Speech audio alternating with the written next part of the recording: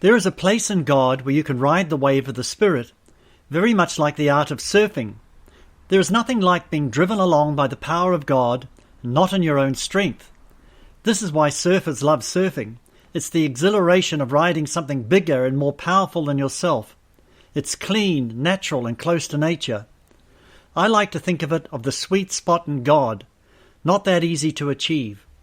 Unfortunately, some Christians in the spiritual never get to that place and mess around in the shallows all their lives. A surfer knows that you need to go out the back, beyond the white water, in order to catch the big waves.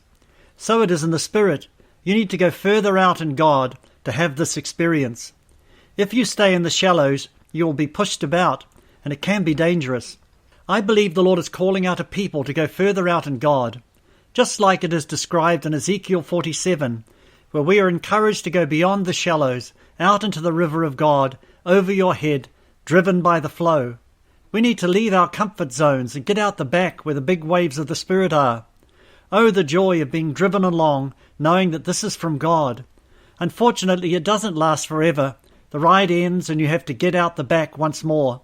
Maybe this time you'll catch a bigger wave than the last time. Once you have been there in God, you'll never be the same again. You become addicted, always trying to find a bigger, longer, more exciting ride. You'll find that some days it's easy, and other days it's hard. In fact, some days you can't do it at all. The Lord is calling His church to come out of her comfort zone for the ride of their lives. To do this, you need to tap into His strength, and not your own, which is all about knowing God. Get out of your comfort zone, leaving all your baggage behind. You can't take your lunch out there with you, for instance, or your mobile phone, for it requires all or nothing. You can't sightsee while riding a wave, for it requires your full attention. You do that while you wait. You need to be concentrated on the face of the wave, and one false move could cost you the ride. The Word of God is our board, and it requires wisdom to know how to use it. I find that many Christians never get to this place in God because they are carrying too much baggage, for you need to strip off every weight in order to ride this wave. We can be carrying baggage like grudges, fears, views, and other interests that are grieving the Spirit.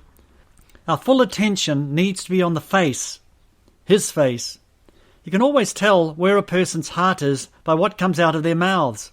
In these days, the Spirit wants a people to fall in love with Jesus, for the bride to get herself ready. The bride is the one that is close to His face. She's like the Apostle John, who leaned his head on the chest of Jesus, just below His face, for she's not content to be far down the supply chain. Jesus is her everything, her all, her strength, and her life.